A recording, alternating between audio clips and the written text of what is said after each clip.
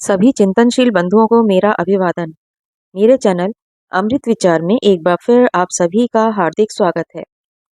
सबसे पहले जिन लोगों ने मेरे चैनल को सब्सक्राइब किया है उन सभी का बहुत बहुत आभार।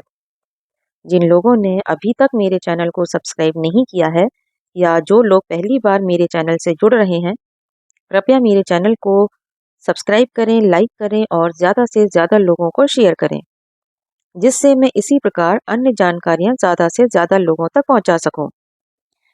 आज हम बात करेंगे विवाह का वैदिक आदर्श क्या है। उसे समझने से पहले ये समझना आवश्यक है कि मनुष्य जीवन का महत्व क्या है। भारत में ग्रामीण लोगों की चौपाल में बैठकर वहाँ की चर्चाओं को सुना जाए तो उनमें कई रहस्यमयी गुण सुनाई पड़ते हैं। वे लोग अक्सर कहा करते हैं कि मनुष्य जीवन 84 लाख योनियों के बाद मिलता है। एक अंधे का दृष्टांत दिया जाता है जो 84 लाख दरवाजों वाले मकान के अंदर उसकी दीवार के साथ साथ रास्ता ढूंढ रहा है। इनमें से केवल एक कोठरी का दरवाजा खुला है जिसमें से बाहर निकला जा सकता है, बाकी सभी दरवाजे बंद हैं। परंतु जब वह अंधा हाथ से टटोलता टटोलता खुले दरवाजे के समीप पहुंचता है तो उसे खुजली उठती है और वह आगे निकल जाता है और फिर 84 लाख दरवाजों को खटखटाने के फेर में पड़ जाता है।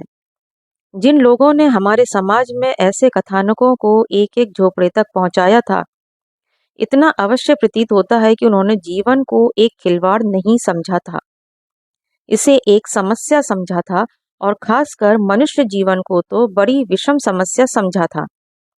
उनका कहना था कि मनुष्य की योनि बड़ी दुर्लभ है, इसे पाकर उसके साथ खिलवाड़ करना मूर्खता की पराकाष्ठा है।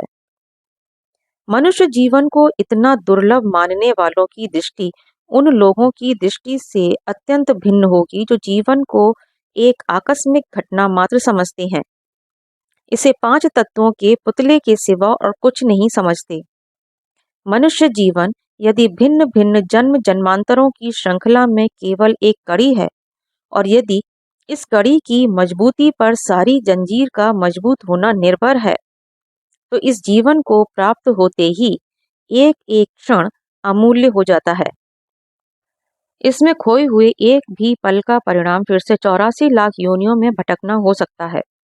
परंतु इसके विपरीत यदि यह जीवन एक आकस्मिक घटना है तो इसका मूल्य एक अद्भुत खिलौने से अधिक नहीं रहता। एक गुड़िया को देखकर हम खुश होते हैं और ऐसे लोगों की नजरों में मनुष्य का शरीर एक चलने फिरने बोलने वाली 5-6 फीट की गुड़िया है और कुछ नहीं। इसलिए जीवन पर उथला विचार करने वाला, उसे आकस्मिक घटना मात्र समझने वाला व्यक्ति दुख में पड़कर आत्मघात अर्थात आत्महत्या कर लेना अनुचित नहीं समझता। पूरे विश्व में आत्मघात करने वालों की संख्या दिनों दिन बढ़ती जा रही है, परंतु 84 लाख योनियों के फेर में पड़ने से डरने वाला भारतवासी भूख से तड़पता हुआ, सर्दी से व्याकुल होता हुआ और बीमारी से छटपटाता हुआ भी आत्मघात करने की नहीं सोच सकता। नहीं तो इस देश की तो ऐसी अवस्था है कि अब तक 50 से 60 करोड़ लोग कभी के आत्मघात कर चुके होते। यजुर्वेद के 40वें अध्याय के 3 श्लोक में कहा है, असुर्या नाम ते लोका अंधेन तमसा आवृतः तान ते प्रेत्य अपि गच्छन्ति ये के च आत्महना जनः। अर्थात वे ही मनुष्य, असुर, दैत्य, राक्षस तथा पिशाच आदि हैं जो आत्मा में और जानते हैं, वाणी से कुछ और बोलते हैं और करते कुछ और ही हैं।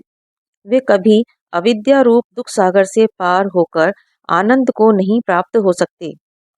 और जो आत्मा, मन, वाणी और कर्म से निष्कपट एक सा आचरण करते हैं, वे ही देव, आर्य, सौभाग्यवान, सब जगत को पवित्र करते हुए इस लोक और परलोक में अतुल सुख भोगते हैं। आत्महत्या कर इस जन्म के दुख से बचने का प्रयत्न करने वाला अगले जन्म में इससे भी भयानक दुख भोगता है, ऐसा प्राचीन ऋषियों का मंतव्य है। उक्त कथन का अभिप्राय केवल इतना ही है कि प्राचीन काल के ऋषि मानव जीवन को एक विशाल समस्या समझते थे और उनके हल करने में उन्होंने अपने ऊंचे से ऊंचे विचारक लगा दिए थे। मानव जीवन की समस्या का उन्होंने जो हल किया था उसी को आधार बनाकर यहाँ के समाज की रचना की गई थी। उन्होंने जीवन को सफल बनाने के लिए जीवन का एक आदर्श निर्धारित किया था, जिसके अनुसार इस देश में उत्पन्न हुआ प्रत्येक व्यक्ति आचरण करता था।